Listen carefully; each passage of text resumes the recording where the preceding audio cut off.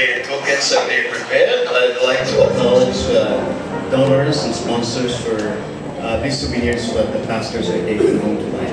Ito po yung Nehemiah Coffee from Brother Jamal's company. Each one of you will take from the box of coffee.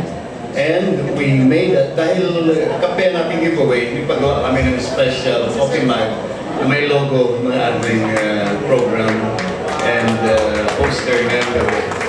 So, may kasama po siyang envelope, may kaunting pang-taxi nyo pa uwi so that will main yung iba sa kanila na doon ang problema ng pumasahe pa uwi. At pag nakataga po kayo ng envelope na yon, you will be also entitled, yung envelope yung sobre na may love gift. Yan po yung ticket nyo para i-claim yung isang sakong bigas na nandun sa gilid. So, ibig sabihin kung may basket kayo pero walang envelope, hindi po kayo kasali dun sa bigas. Kasi may mabibigyan tayo ng souvenirs like yung ating MC, yung ating singer sa gabing ito.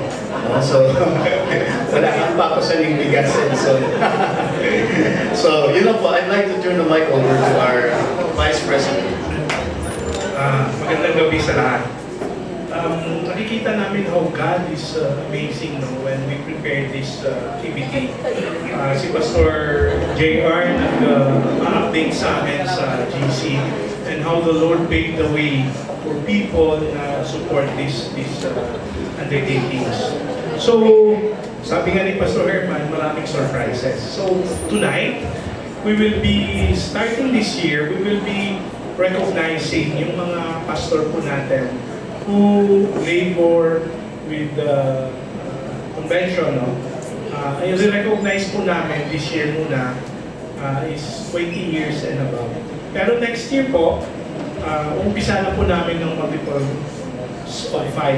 So 5 years, 10 years, 15 years, hanggang 45, hanggang 60.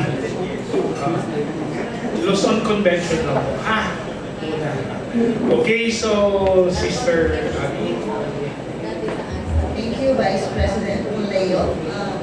Okay, so we'd like to acknowledge all LCBMA pastors who have been dedicated and committed to LCBMA for 20 years and above. So we would like to call on, of course, our President of the LCBM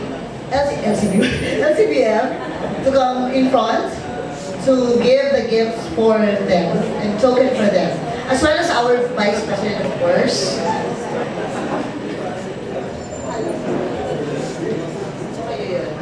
So we would like to call on our 20 years in service, Pastor Jude Cordova.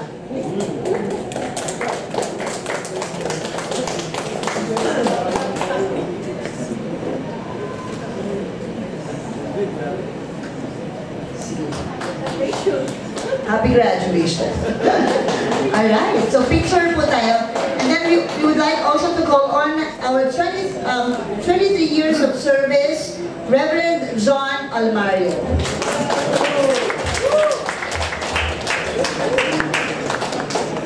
24 years in service. So, malalaman natin dito sinong matatanda na, no? Hindi naman siguro.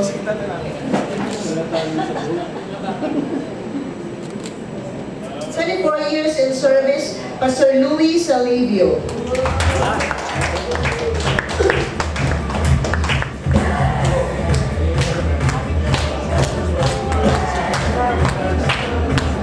Congratulations. And we have 25 years in service, Pastor Bon Del Rosario.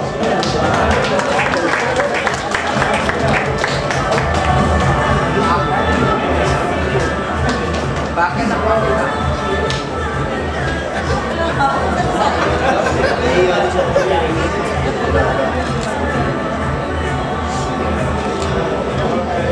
Thank you. And we also have another one, 25 years in service, Pastor Pepito Torres.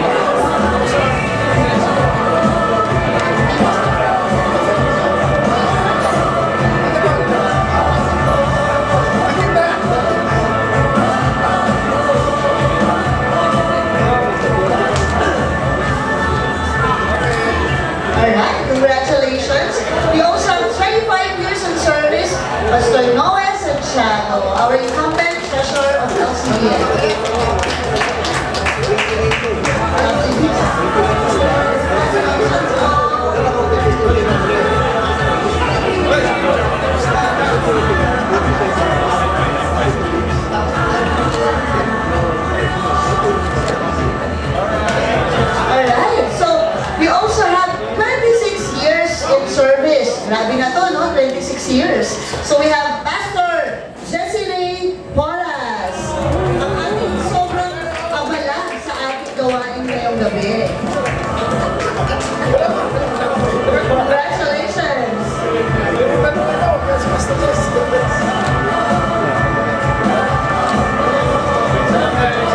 Alright. So ito, malapit na tayo sa 30 years. Pero bago mag 30 years, of course, we have 29 years in service. None other than Pastor Rafael Tomas.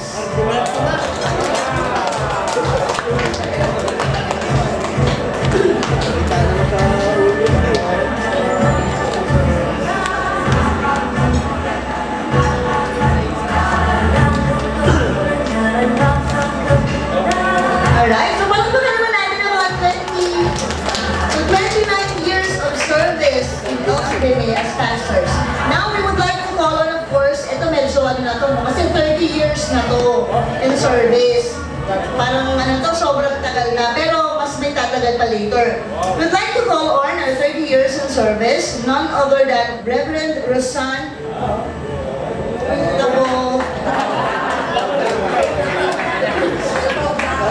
Tabotaha.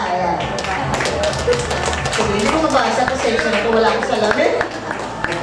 So, 30 years in service. Congratulations po. Praise God. Congratulations po.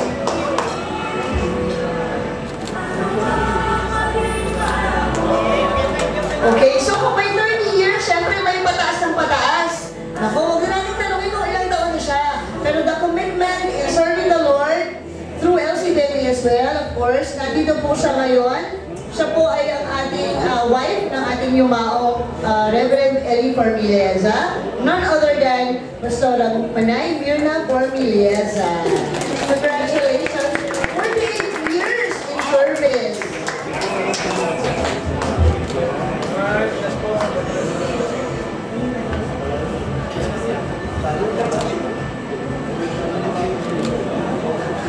Ayan. So, palakpakan naman po natin silang lahat.